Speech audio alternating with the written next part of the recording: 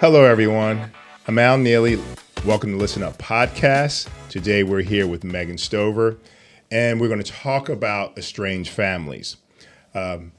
Because of some of the past issues that she's dealt with leaving the church and having a separation from her husband, you've run into situations and various family members where you guys are estranged, right? Mm-hmm. So, as we got into the topic, as we're going to get into the topic, I think it's going to be something that we're going to see that is happening a lot, especially right now because of politics. Yeah, I agree. So let's jump right in. So talk to me. Tell me who, since you've left the church and you've divorced, tell me who you've been estranged from. Well, it's kind of interesting because I was thinking about it as I was preparing for the podcast. Right. And because I do have some estranged family, or that is like in that space Yes. of like working through being estranged, I guess you could say. But going back into my younger years where we were really in the cult church, Yes. like we were separated from the family. Right. So it's been more so a consistent theme throughout my life, more so than just within the last 4 years since my divorce. Right. But within the last 4 years, yes, I am working through estrangement with some of my family members, my sister and brother-in-law. Right. Yeah. Let me read a definition of Okay. family estrangement. Family estrangement can cause a range of emotions, including grief, anxiety, loneliness, depression, and feelings of being left out. Some causes of estrangement include abuse, negative behavior, neglect, betrayal, and bullying, and differences in sexual orientation, gender identity, religion, and political views. Right? Yep. So I would add significant value differences, which I think that can kind of come under the like umbrella or whatever of some of the things that you mentioned. right. But What do you consider that? differences in values, just what like your core values, Right. who you are as a person. Those things I think can play out in some of these other areas though that you listed off. Gotcha. Yeah. Yeah. So you were saying your sister-in-law and your So it's my sister and my brother-in-law. your And- sister. Okay. And I would say that falls under the value differences and religion, Yeah. Is she still in the church? kind of like maybe even lifestyle choices. Yes, but not in the cult church. Okay. So you guys basically had the same upbringing. We did. Okay. Is she younger? I'm the oldest, and then yes, she's 2.5 years younger, and then I have a brother that's 5 years younger than me. Okay. Yeah. And when you actually left, you left to get married at 20? 21. 21. Okay. And they were still in that. We all still were. Like, I married in that religion. Gotcha. Yeah. So we were all in that religion, moving forward of the same belief system. But you were at a different church because your husband, at some point in time, you left and you guys started attending another church. We did. So we had left that cult church and then attended another church for about 5 years and then another church for about 5 years. Right. After that. Yeah. Did you notice the difference? Yeah. I mean, each church that we went to was a little less strict. Is that what you're asking me? Yes. And did you also notice that you started getting farther and farther away from the values of what your sister and your brother thought at that time? I think that I was just coming outside of my brother and sister. I think I was just coming into what my own values were. Yeah. Yeah.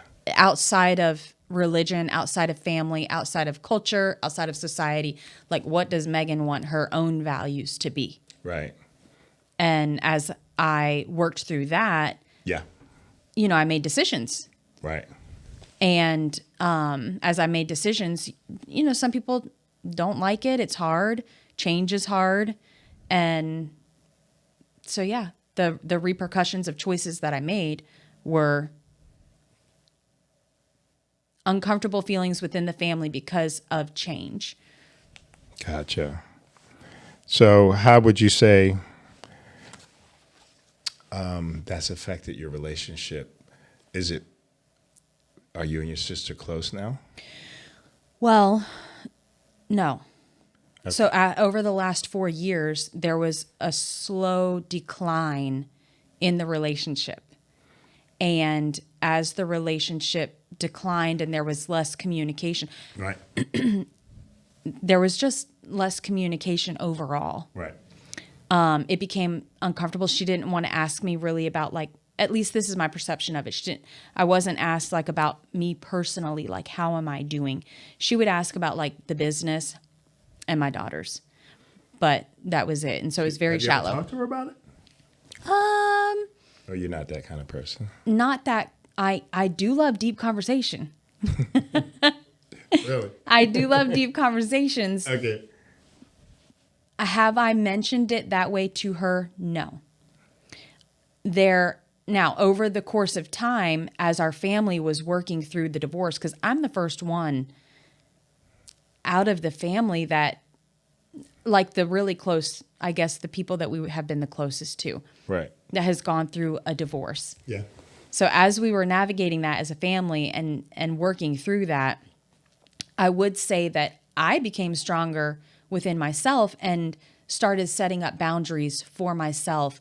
And as I've been healing, I'm just not going to continue acting like everything's normal, brushing things under the rug, showing up to family functions and just putting a smile on my face and all of that. To me, that's fake.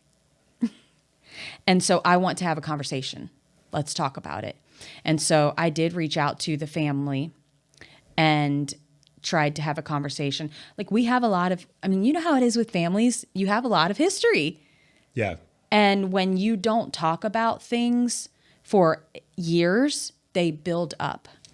And so I asked for a conversation so that we could go through some of the things from the cult, when we were within the cult, to more recent times, and then even ever since the divorce.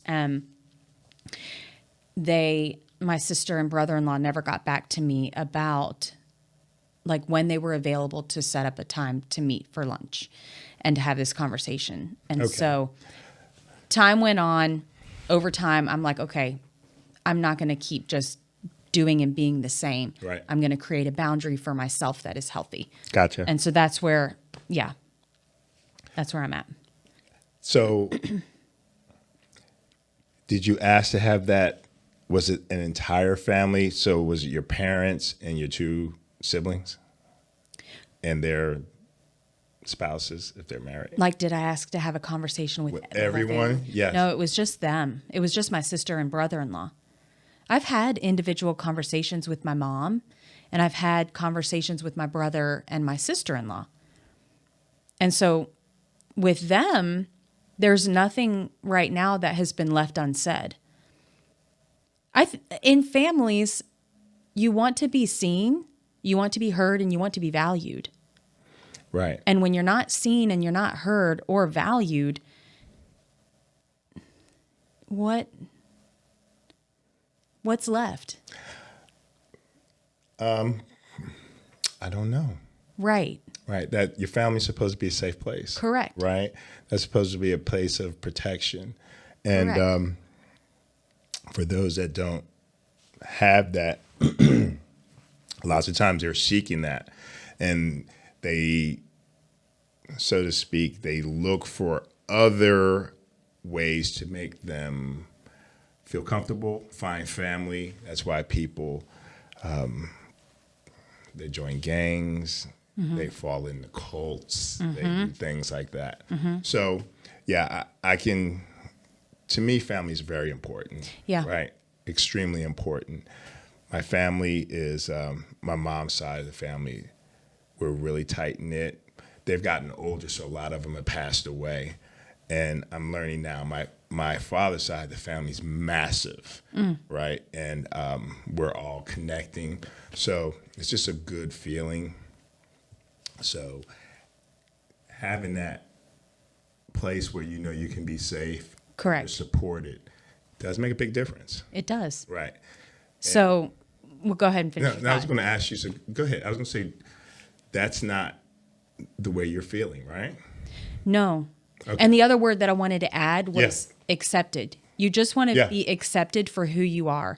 And that list that you listed off Yeah. of,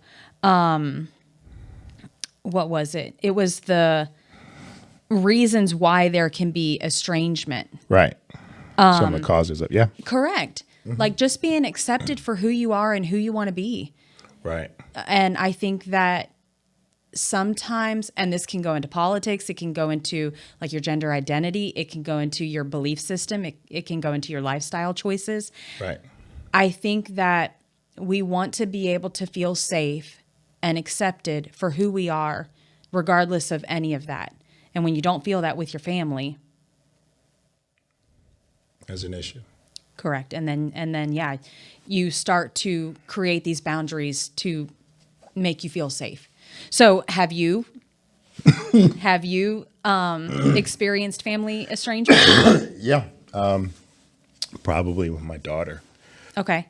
And I thought about it for a while because it happened right around the age when she was around 13 years of age. Obviously, her mother and I are not together, but it was a situation where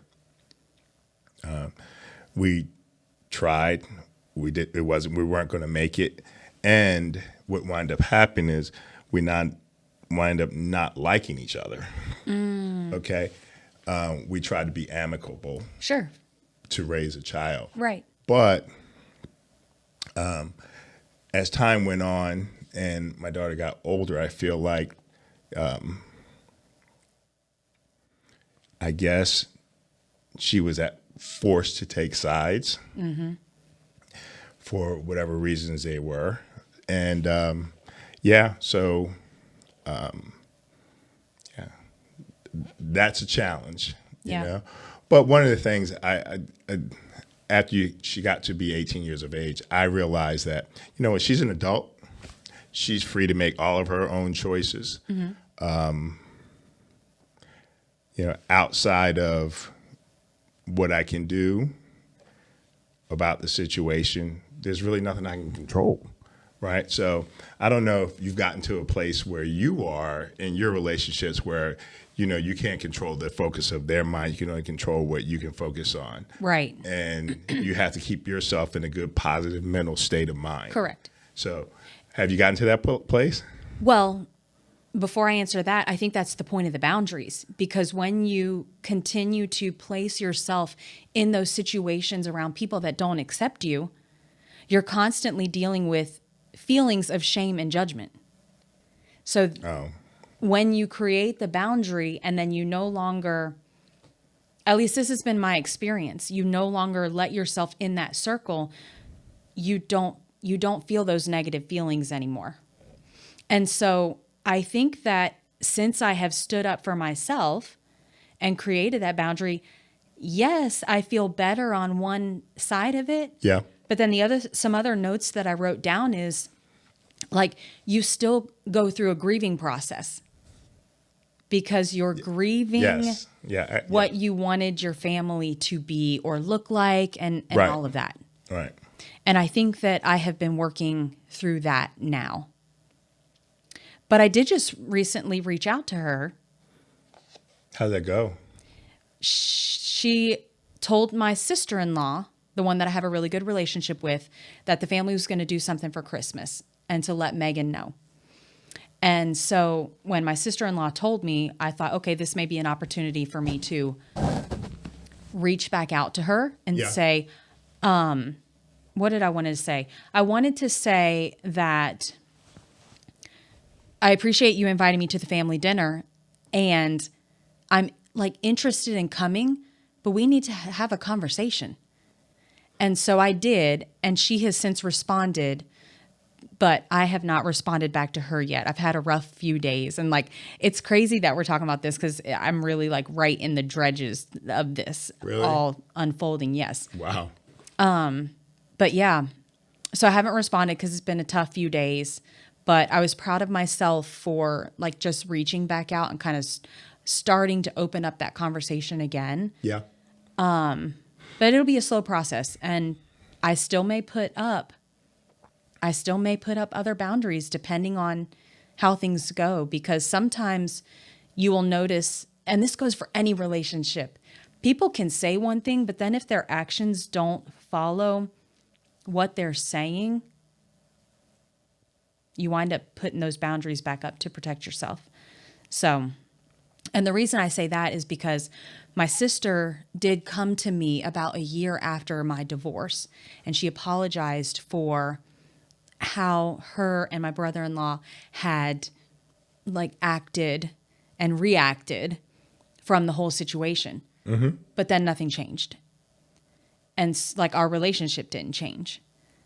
And that's what I'm talking about. Like when people say they're sorry, they apologize for something, but then behavior doesn't change. It's like you put the walls back up, you put boundaries back up to protect yourself. So Is she still living the church Christian yes, life? it's not deep into the cult, but yes, they're very religious. They have strong values and morals and belief systems, and yes. So, one of the things that you are taught as a Christian, you're supposed to forgive and not judge. So you don't feel like that is taking place?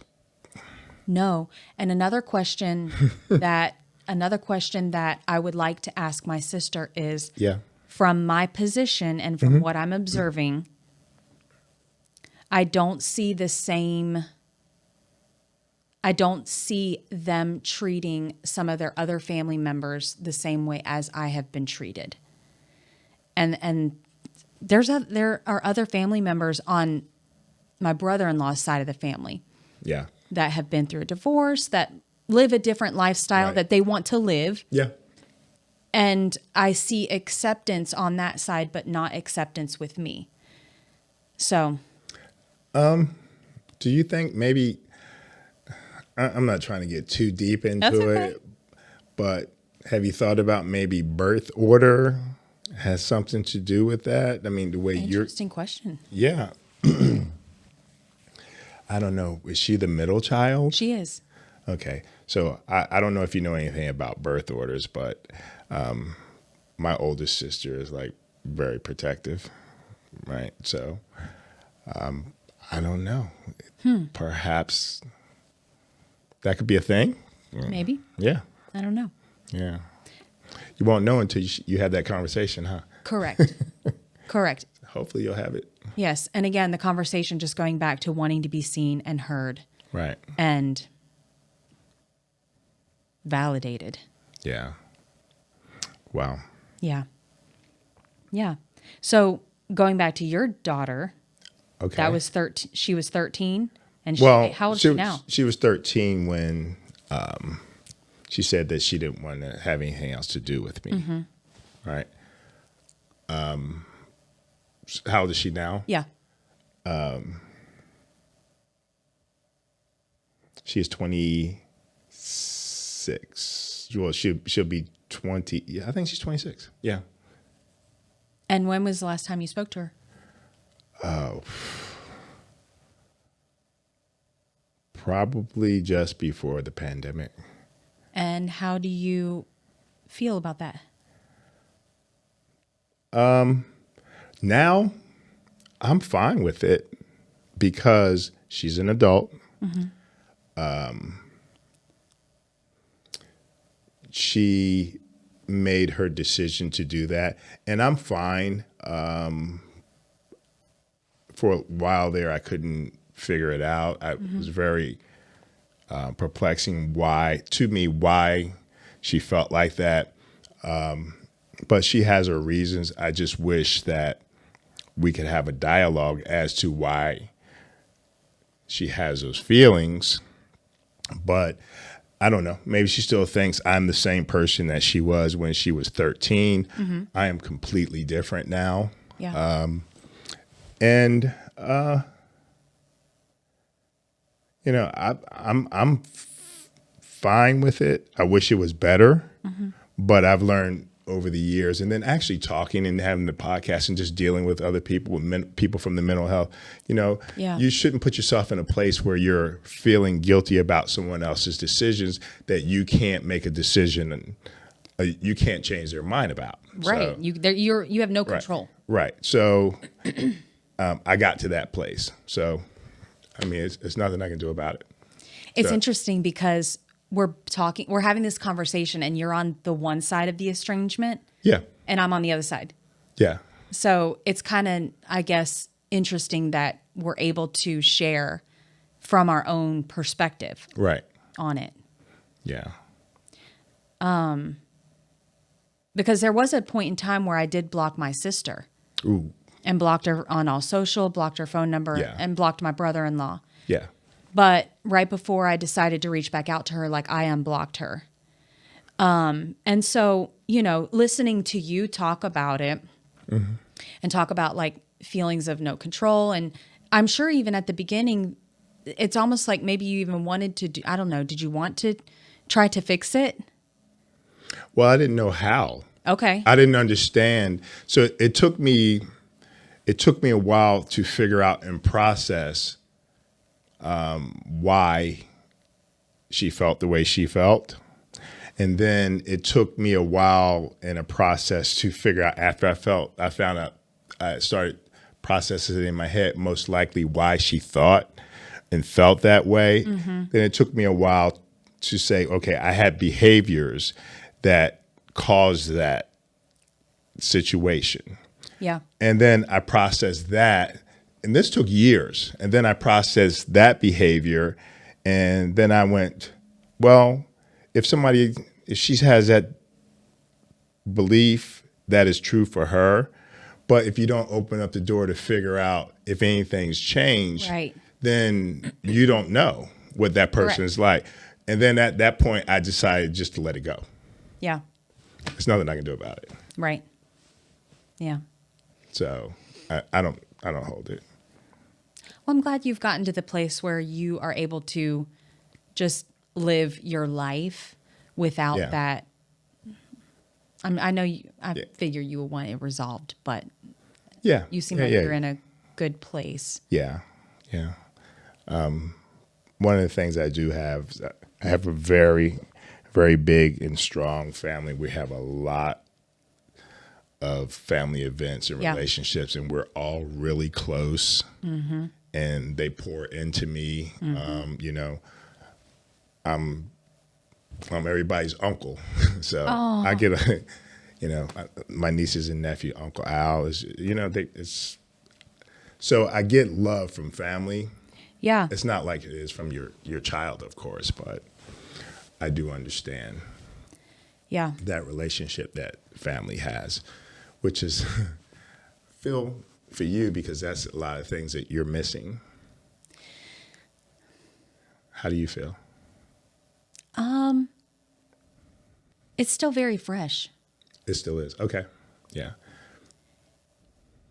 The family that I didn't really have a relationship with growing up. Yeah. Which it's interesting because I'm sitting here talking from my perspective of not having a relationship with my extended family Right. growing up because of religious reasons.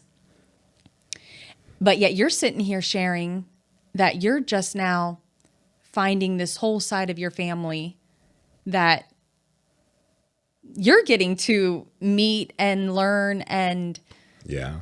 develop a relationship with. And so for me and the family that I didn't really get to be close to, I am just slowly developing my own relationship with them. And just working through, I'm still working with my therapist on the relationship with my sister and brother-in-law. And Yeah. one thing that my therapist does talk about a lot is not worrying too much about the future, Yeah. just worrying about, and not even worrying about, but just dealing with the present day. Yeah. The concerns. Correct. Right. Yeah. Worry and concerns are Right. two different things. Exactly. Yeah. So yeah, it's a struggle, but you get through it. You get through it. And I think, like you're saying, when you surround yourself with, another thing that I was reading about as I was preparing was like your chosen family and how that's Yes. becoming a big thing these days. Right. Your chosen family. And so, that I think has really helped me over the last few years, just developing my chosen family and then my friend group outside of. I am trying to develop a friend group in different areas. Before, my friend group was all religious based. So then once you left the Gotcha. religion, Yeah. Mm-hmm. you had no friends. Right. And so I love belly dancing. I've got my belly dance friend group. I love Latin dancing. I have them. Yeah. I have my staff who I'm very close with. Yeah. And just networking, like business friends, Right. things like that. And so just developing those relationships outside of the family so that I feel supported. Yeah. Yeah.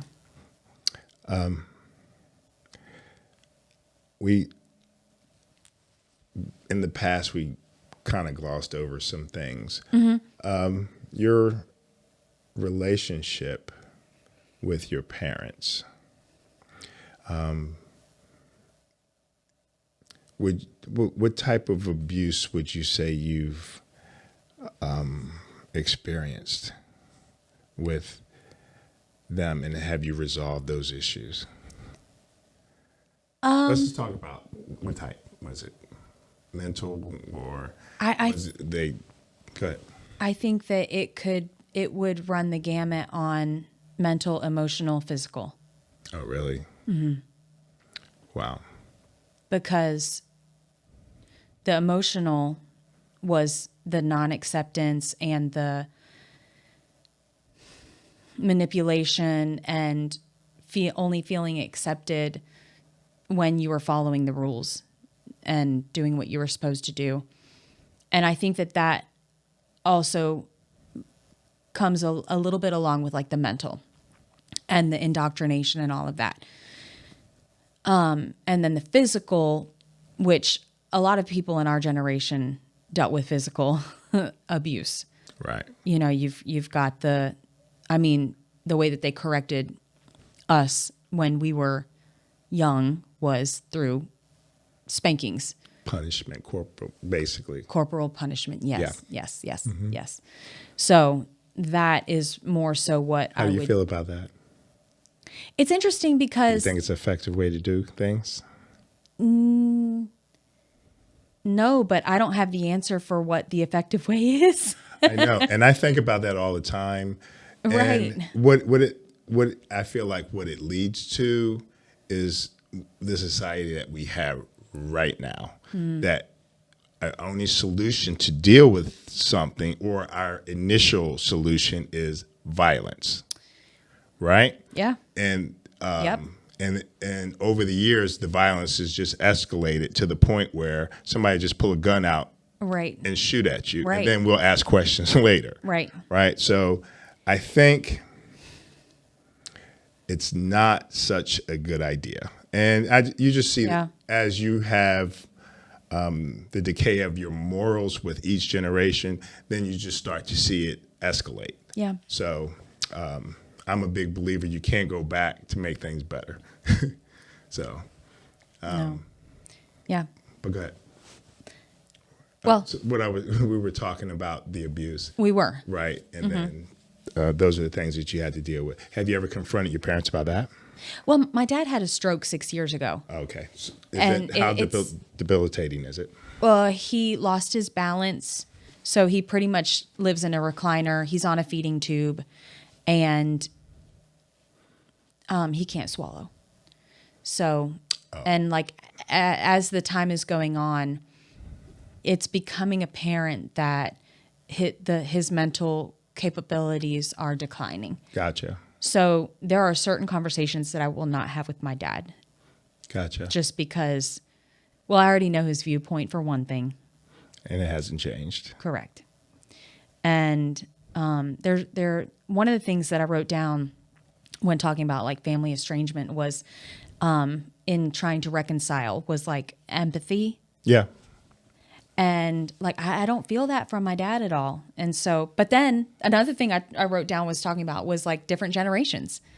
And that generation, they have not been taught to be in touch with their emotions and really expressing like how things make you feel and all of that. You know, Right. it's just that generation is very much Ignore it. yes, and like pull And up your that's- big boy pants and Right. yeah. So in essence, what's Yeah. happening is they're not ever addressing any of their experiences and trauma, Correct. and is compiling experience after experience. And the funny thing that I'm seeing, or I believe, and of course I'm not a therapist, but it manifests itself in a way where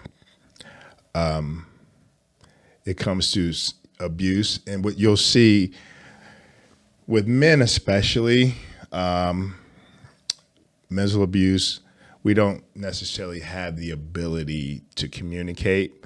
Like you were talking about, I have all these different groups. There's no way I have the energy. I don't have the energy to have a belly dancing group, a Yeah. salsa dancing group, just a girls group, a men's Sure. group, Sure. I don't have the energy. Plus, I don't know if I could talk that long or that much about something. So this is about And it like for that's me. okay. Yeah. So when you're a male back then, it was even less of it, right?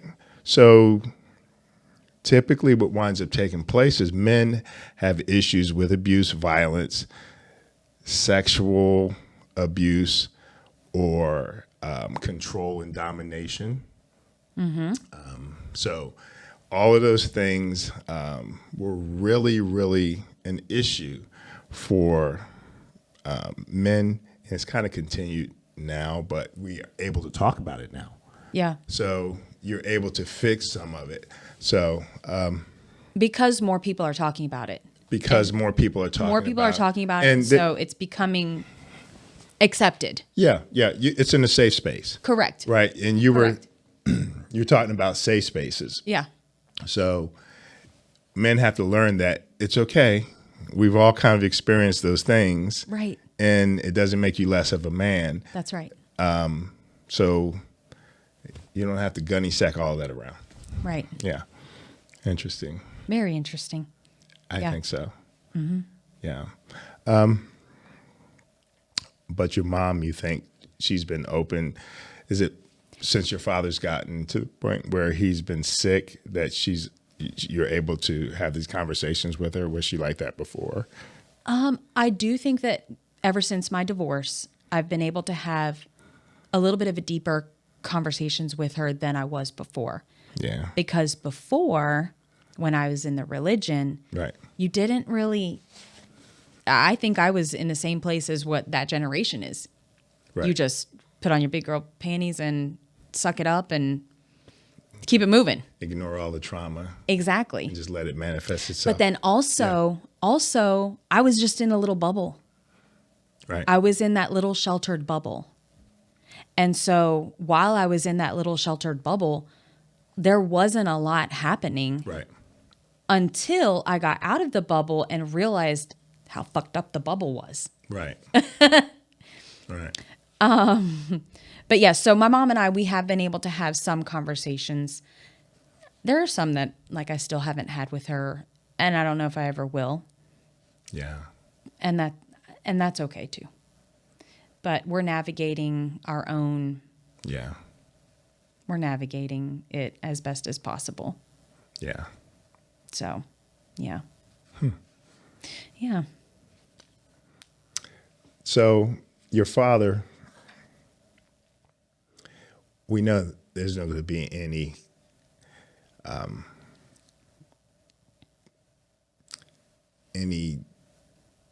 development of relationship there.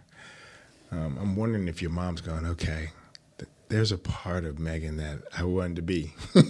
You know, I wonder if she actually feels like that. Because you say your brother, out of everybody, your brother is probably farthest away, probably not to the extent where, you know, you are, but he's the farthest away. So maybe, is that true? We're probably at the same place. Okay. I would say. Okay. We're probably at the same place. Yeah. Yeah. So. He just came to that place when he was like 18-ish. Yeah. And me much older. Yeah. Mm-hmm. Yeah. Yeah. That's funny. I feel like the American culture, we hold men and women at different standards. We do. Right. And perhaps, I don't know, I'm just guessing, maybe your sister had a different standard for you because you were the oldest and you were the female. So I don't know what she probably expects. Well, if you think about the way that the religion is set up, Yes. it is where the female is supposed to be. She is supposed to be this certain, she's just supposed to fall in line.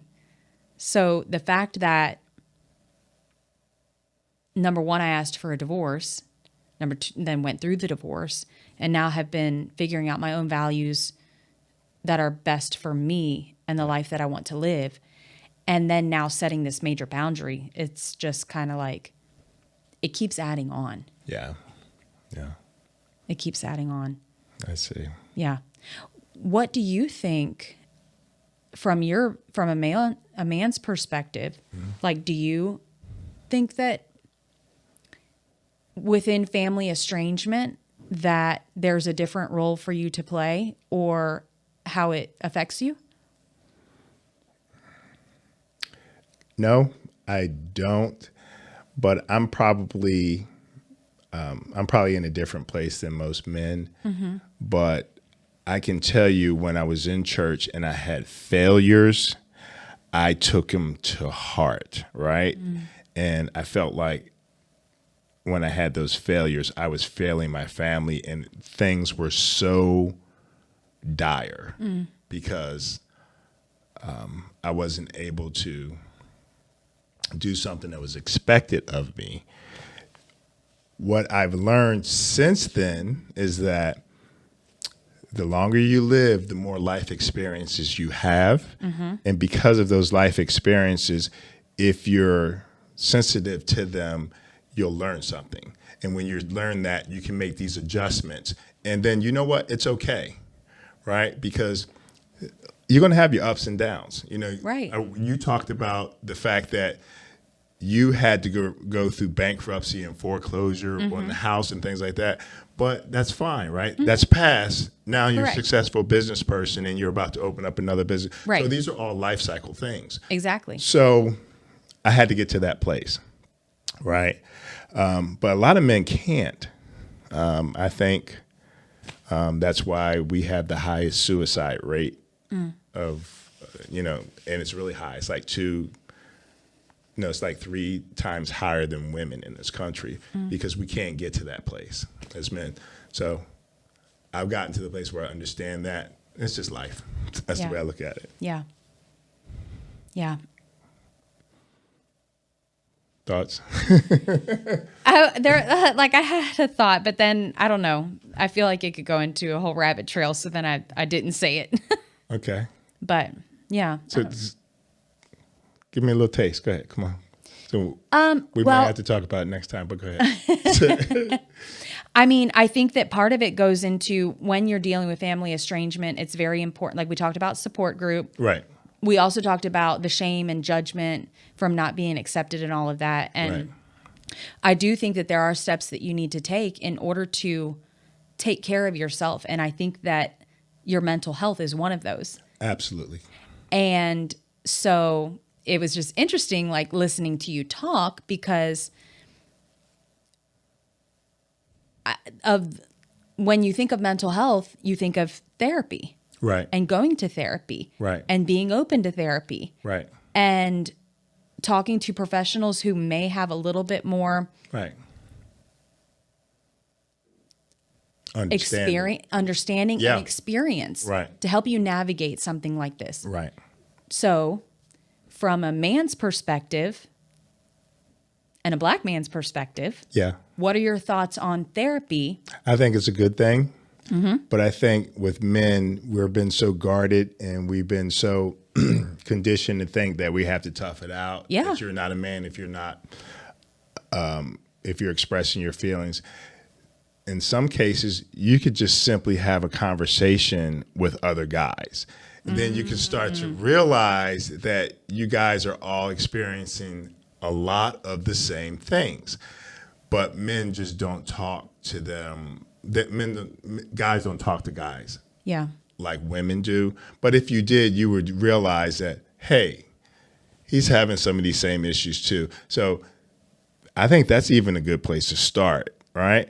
But of course, people that have a better understanding of why and that help you dealing with the traumas in the past will definitely can make things clearer for you. Yeah. And that's one thing I love about your podcast. What?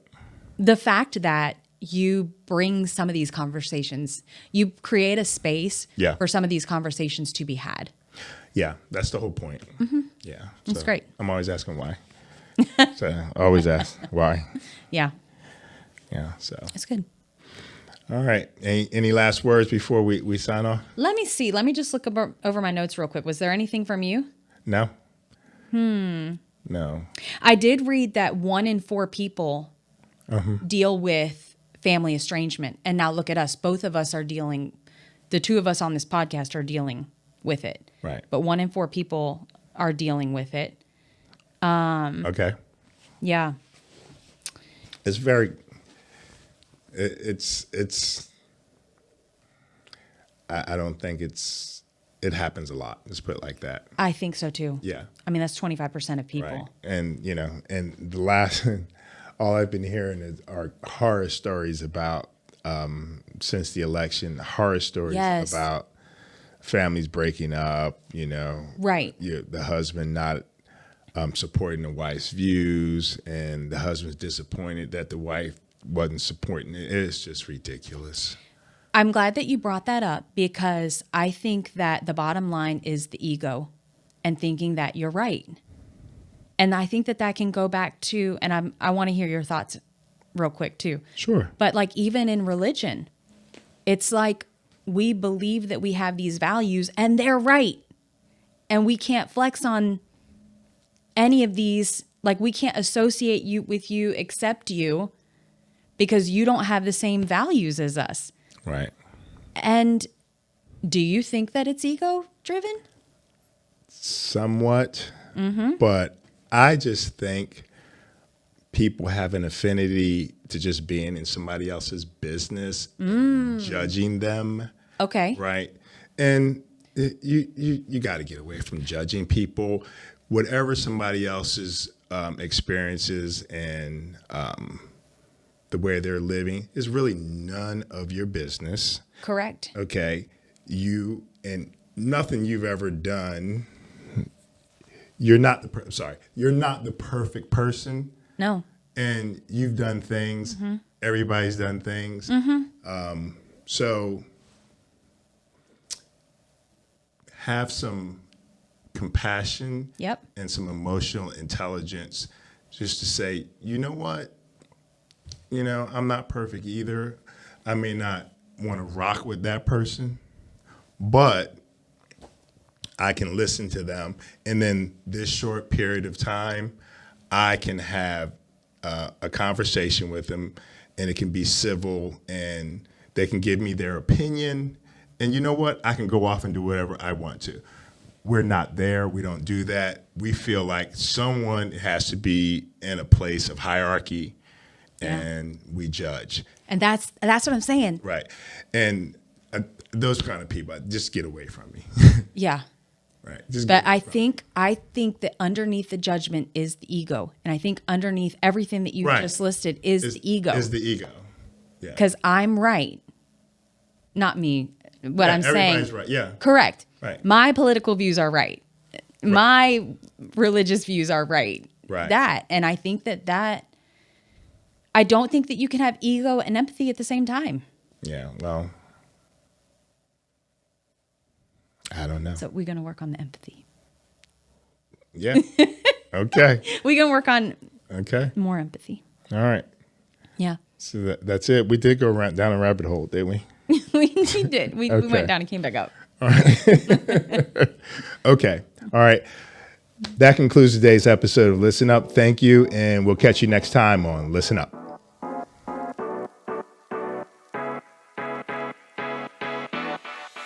For anyone watching this channel, I ask that you please like and subscribe for upcoming videos.